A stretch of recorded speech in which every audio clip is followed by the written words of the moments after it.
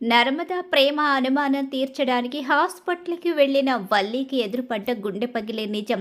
తన తల్లి భాగ్యం చెంప పగలగొట్టిన వల్లి. మరిదంతా ఎలా జరగబోతుందో తెలుసుకోవాలనుకుంటే వీడియోనైతే చివరి వరకు మిస్ కాకుండా చూసేయండి. మా వీడియో నచ్చితే లైక్ చేయడం మాత్రం మర్చిపోకండి. ఇక ఇక్కడ చూస్తే వల్లి విషయంలో అయితే అందరూ తనని ఒక ఆట అయితే ఆడుకుంటూ ఉంటారు. కానీ తనలో స్వార్థం అనేది ఎక్కడా తగ్గదు. ఇక తను కడుపుతో ఉంది కాబట్టి అందరూ తనని క్షమించి వదిలేస్తారు. భోజనం చేయడానికి రమ్మంటే సాగర్ ఇల్లు వదిలి వెళ్ళిపోతానంటూ బ్యాగ్ సర్దుకుని మళ్ళీ బయటకు వచ్చి వెళ్ళిపోతున్నామని చెప్పి బాంబు పేలుస్తాడు. దాంతో ఒక్కసారి అందరూ షాక్ అయిపోతారు. ఏంట్రా వెళ్ళిపోతున్నానంటావేంటి? మాట్లాడితే ఇల్లు వదిలి వెళ్ళిపోతానంటావేంటి? ఎలా వెళతావు? ఈ అమ్మని వదిలి ఎలా వెళ్ళగలవు? నేను మీరు లేకుండా ఎలా ఉండగలను? మీ అన్నదమ్ములందరూ కలిసి ఉంటారనే కదా మేము ఇంటింటిని కట్టించి మీకోసమే బ్రతుకుతున్నది. మా కోసం బ్రతకడం లేదు. నువ్వు మా అందరి కోసం ఆలోచిస్తావేమో, ఆయన మాత్రం ఆలోచించడు. ఆయన ఎందుకు ఆలోచించరు? మీకోసమే ఆయన కష్టపడుతున్నారు, మీకోసమే ఆయన బ్రతుకుతున్నారు. మీరందరూ కలిసి ఉండాలనే ఆస్తి పంపకాలు చేయడానికి ఇష్టపడడం లేదు. ఆస్తి పంపకాలు చేసిన రోజున ఎవరికి వారిగా ఆస్తి తీసుకుని విడివిడిగా వెళ్ళిపోతారు. అప్పుడు ఎవరికి వారిగా మిగిలిపోతారు. ఒక ఇంట్లో ఉన్నట్టుగా వేరు వేరు ఇళ్లల్లో ఉన్నప్పుడు కలుసుకోవడం కుదరదు. నీకు ఎవరు చెప్పారో ఎలా చెప్పారో నాకైతే తెలియదు. ఈ ఇల్లు వదిలి వెళ్ళడానికి మాత్రం ఈ అమ్మ అంగీకరించదు. ఈ ఇల్లు వదిలి వెళతానన్న మాట నీ నోటి వెంట వస్తే మాత్రం ఊరుకునేది లేదు. మీ నాన్నకులు వెళ్ళడానికి లేదు. నువ్వు జాయిన్ అయ్యావు కాబట్టి మీ నాన్న బాధపడుతున్నారు. అలా అని ఆస్తిని పంచివ్వనని, నిన్ను అనాథగా వదిలిస్తానని, ఇవ్వకపోతే ఎప్పటికైనా మీకిచ్చేదే అని చెప్పి కొడుకుని బెదిరించి అదిరించి ఎలా అయితే సాగర్ని వెళ్లకుండా ఆపేస్తుంది. అలా సాగర్ మళ్ళీ బ్యాగ్ పట్టుకుని లోపలికైతే వెళ్ళిపోతాడు. ఇంకా ఇక్కడ చూస్తే వల్లి అయితే నిజంగానే వెళ్ళిపోతారు. ఒక సమస్య తీరిపోతుందని చాలా హ్యాపీగా ఫీల్ అవుతూ ఉంటుంది. ఇలా సంతోషంగా ఫీల్ అవుతూ ఉన్న సమయంలోనే ఈలోగా వాళ్ళమ్మ పీతల కూర అయితే పంపిస్తుంది. ఇక ఆ రోజు ఆ పీతల కూర వేసుకుని తినడానికి సిద్ధపడుతుంది. ఇలా సిద్ధపడే సమయంలోనే అక్కడికి ప్రేమ అలాగే నర్మద ఇద్దరు కూడా వస్తారు. అలా ఇద్దరు అక్కడికి వచ్చి ఏంటది, ఏం తింటున్నావు అని చెప్పి అడుగుతూ ఉండగానే పీతల కూర తింటున్నాను అని చెప్పేసి వల్లి అయితే చెప్తూ ఉంటుంది. అదేంటి, కడుపుతో ఉన్న వాళ్ళు పీతల కూర తినకూడదు కదా, ఎలా తింటున్నావు? మా అమ్మ పంపించింది. మా అమ్మ కన్నా నీకెక్కువ తెలుస్తుందా ఏంటి? మా అమ్మకి తెలీదా అని చెప్పేసి ఇక వల్లి వాదిస్తూ ఉంటుంది. ప్రేమ నర్మద ఇద్దరు బయటకు వచ్చేసి వేదవతితో అంటూ ఉంటారు. అత్తయ్య, నాకు డౌట్గా ఉంది. ఏంటే మీ డౌటు? ఏమైంది? వల్లి నాటకం ఆడుతుందేమో, వల్లి వాళ్ళ అమ్మే ఇదంతా డ్రామా ప్లే చేస్తుందేమో అనిపిస్తుంది. వల్లి అక్క కడుపుతో లేదని నాకు అనిపిస్తుంది. ఎందుకో వల్లి అక్క చేసే పనులు చూస్తే కూడా అలానే అనిపిస్తుంది. వాళ్ళ అమ్మే కావాలని ఏదో మళ్ళీ కొత్త నాటకాన్ని మొదలుపెట్టి వల్లి అక్కని ఇంటికి పంపించిందేమో అనిపిస్తుందని చెప్పేసి ప్రేమ నర్మద ఇద్దరు కూడా వేదవతితో చెప్తూ ఉంటారు. ఏంటే మీరు అనేది? అలా ఎలా పంపిస్తుంది? అలా ఎలా నాటకం ఆడుతుంది? లేదు లేదు, అదంతా మీ భ్రమే అయి ఉంటుంది అని చెప్పేసి అంటూ ఉండగానే ఈలోగానే ఏంటి, మీ ఇద్దరికి నా మీద అనుమానమా? నేను కడుపుతో లేనని నన్ను అనుమానిస్తున్నారు కదా. అసలు నన్ను అనుమానించడానికైనా ఒక హద్దు ఉండాలి కదా. మీ కళ్ళ ముందే డాక్టరు నేను ప్రెగ్నెంట్నని చెప్పింది. ఇక అలాగే మీరందరూ నన్ను ఇక్కడికి తీసుకొచ్చారు. కానీ మా అమ్మ అబద్ధం చెప్పిందని ఇప్పుడు హత్యలో లేనిపోని అనుమానాల్ని రేకెత్తించి నన్ను మళ్ళీ అనాథని చెయ్యాలని చూస్తున్నారు. ఈ ఇంటి నుంచి బయటకు గెంటేయాలని చూస్తున్నారు. నేనెలా ఊరుకుంటాను? పదండి, మీ ఇద్దరికి ఇప్పుడే నిరూపిస్తాను. నేను స్కానింగ్ తీయించుకొని నేను కడుపుతో ఉన్నానని నిరూపిస్తాను చెల్లాయిలు అని చెప్పేసి ఇద్దరి చెయ్యి పట్టుకొని హాస్పిటల్కి అయితే బయలుదేరుతుంది.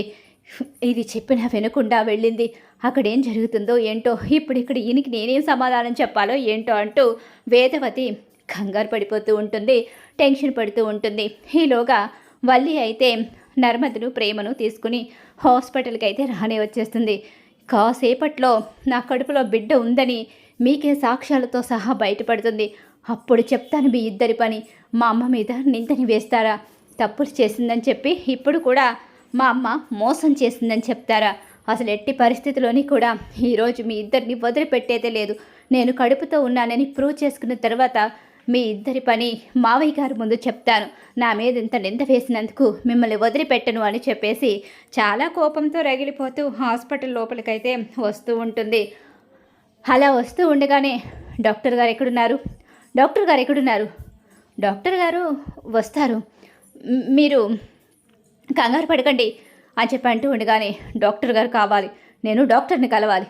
వల్లి అక్కాయ్ కాస్త ప్రశాంతంగా ఉండు, నిజం నిలకడ మీద తెలుస్తుంది కదా, ఎందుకంతగా కంగారు పడతావు? నాకు తెలుసు చెల్లాయిలు, నా మాట మీరు నమ్మరు కదా, ఇప్పటికీ కూడా నా మీద మీకు నమ్మకం లేదని అర్థమవుతుంది. మీకు నమ్మకం కలిగించడానికే కదా ఇక్కడి దాకా వచ్చాను అని చెప్పేసి డాక్టర్ వస్తుంది కదా, డాక్టర్ వచ్చాక స్కానింగ్ తీయించుకుని అప్పుడు చెప్తాను మీ పని అని చెప్పేసి అంటూ అక్కడే కూర్చుని ఉంటుంది. ఈలోగానే డాక్టర్ అయితే వస్తుంది. అలా వచ్చేసరికి డాక్టర్ని చూసి డాక్టర్ డాక్టర్ అని చెప్పి గబగబా వల్లి అయితే డాక్టర్ వెనకాలే వెళుతూ ఉంటుంది. డాక్టర్ వల్లిని చూసి షాక్ అవుతుంది. వల్లి వెనకాలే ఉన్న నర్మదా ప్రేమను చూసి అక్కడి నుంచి గబగబా వెళ్ళిపోబోతూ ఉంటుంది. డాక్టర్ అదేంటి మా అక్క పిలుస్తుంటే అలా వెళ్ళిపోతున్నారేంటి? తను పైగా కడుపుతో కూడా ఉంది. అలాంటప్పుడు తనని అంత స్ట్రెస్కి గురి చేయడం కూడా కరెక్ట్ కాదు కదా. తను టెన్షన్ పడుతూ మీ వెనకాల వస్తుంది. ఏంటి అసలు ఎందుకు వచ్చింది? తనకి ప్రెగ్నెంట్ అని చెప్పి ఆల్రెడీ చెప్పాను కదా. అలా చెప్పిన తర్వాత కూడా ఎందుకు మళ్ళీ ఎందుకు వచ్చారు? మళ్ళీ ఏం కావాలి? ఏం కావాలి ఏంటి? ప్రెగ్నెంట్ అని చెప్పిన తర్వాత చెకప్లు అవి ఇవి ఉంటాయి కదా, అవి చేయించుకోవడానికి వచ్చాము. ఏంటి వల్లి అక్కాయ్? అవును, నేను స్కాన్ తీయించుకోవడానికి వచ్చాను. నాకు స్కానింగ్ తీయించండి. వీళ్ళిద్దరూ నేను కడుపుతో లేనని అనుమానం పడుతున్నారు. ఇప్పటికిప్పుడే మీరు నాకు స్కానింగ్ తీయించి వీళ్లకు రిపోర్ట్స్ పంపించి వీళ్ళిద్దరి కళ్ళు తెరిపించాలి. వీళ్ళు నన్నే అనుమానిస్తున్నారు. నన్ను మా అమ్మని ఇద్దరిని అవమానించి మాట్లాడుతున్నారు. మీరు ఇప్పుడిప్పుడే నాకు స్కానింగ్ తీయండి అని చెప్పేసి డాక్టర్ మీద గొడవకి వెళ్తుంది. డాక్టరు కంగారు పడుతూ టెన్షన్ పడుతూ ఉంటుంది. ఇప్పుడు కనుక వీళ్ళిద్దరి ముందు ఈ అమ్మాయి ప్రెగ్నెంట్ కాదని తెలిస్తే ఏమవుతుందో ఏంటో అని చెప్పేసి కంగారు పడుతూ ఉండగానే స్కానింగ్ తీస్తారా లేదా, మరో డాక్టర్ దగ్గరికి వెళ్ళమంటారా అని చెప్పేసి వల్లి అయితే తెగ కంగారు పడిపోతూ ప్రూవ్ చేసుకోవడానికి తెగ దాపత్రయం పడిపోతూ ఉంటుంది. ఎక్కడికి వెళ్తారు? ఎక్కడికి వెళ్ళినా ఒకటే సమాధానం వస్తుంది, మీరు ప్రెగ్నెంట్ కాదు అని. ఏం మాట్లాడుతున్నారు? ఆ రోజు ప్రెగ్నెంట్ అని చెప్పింది కూడా మీరే కదా, ఇప్పుడు ప్రెగ్నెంట్ కాదని చెప్తారేంటి? అవును, ఆ రోజు ప్రెగ్నెంట్ అని చెప్పింది నేనే. అంటే డబ్బుకి అమ్ముడిపోయారా? చిచి, డబ్బుకి అమ్ముడిపోయే టైప్ కాదు నేను డబ్బుకి అమ్ముడిపోలేదు. వీళ్ళమ్మ నా కాళ్ళు పట్టుకొని తన కూతురి కాపురం నిలబెట్టమని చెప్పి నన్ను బ్రతిమలాడింది.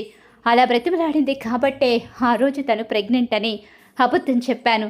తన కాపురాన్ని నిలబెట్టుకోవడానికి ఇది ఒక అవకాశం అని చెప్పి అడిగితే జాలిపడి అబద్ధం చెప్పాను.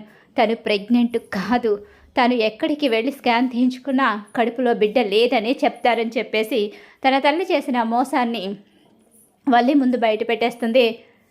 ఏంటి వల్లి అక్కాయ్, ఇప్పుడేమంటావు? పద, మావయ్య గారు ముందే మాట్లాడదాం, మావయ్య గారు ముందే తేల్చుకుందాం. నువ్వెందుకు కడుపు నాటకాన్ని ఆడుతున్నావో మావయ్య గారే నీకు మీ అమ్మకి ఎలా బుద్ధి చెప్తారో అలానే బుద్ధి చెప్తారు.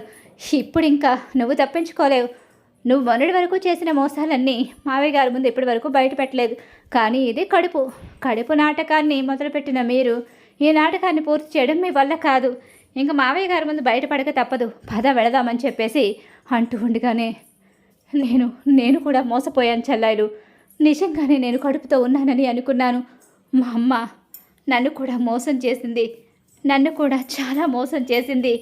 ముందు మా అమ్మ దగ్గరికి వెళ్ళాలి, ముందు మా అమ్మ అంతు చూడాలి అని చెప్పేసి తన తల్లి దగ్గరికి అయితే వస్తుంది శ్రీవల్లి. వల్లి, అమ్ముడు ఎలా ఉన్నాము అమ్ముడు?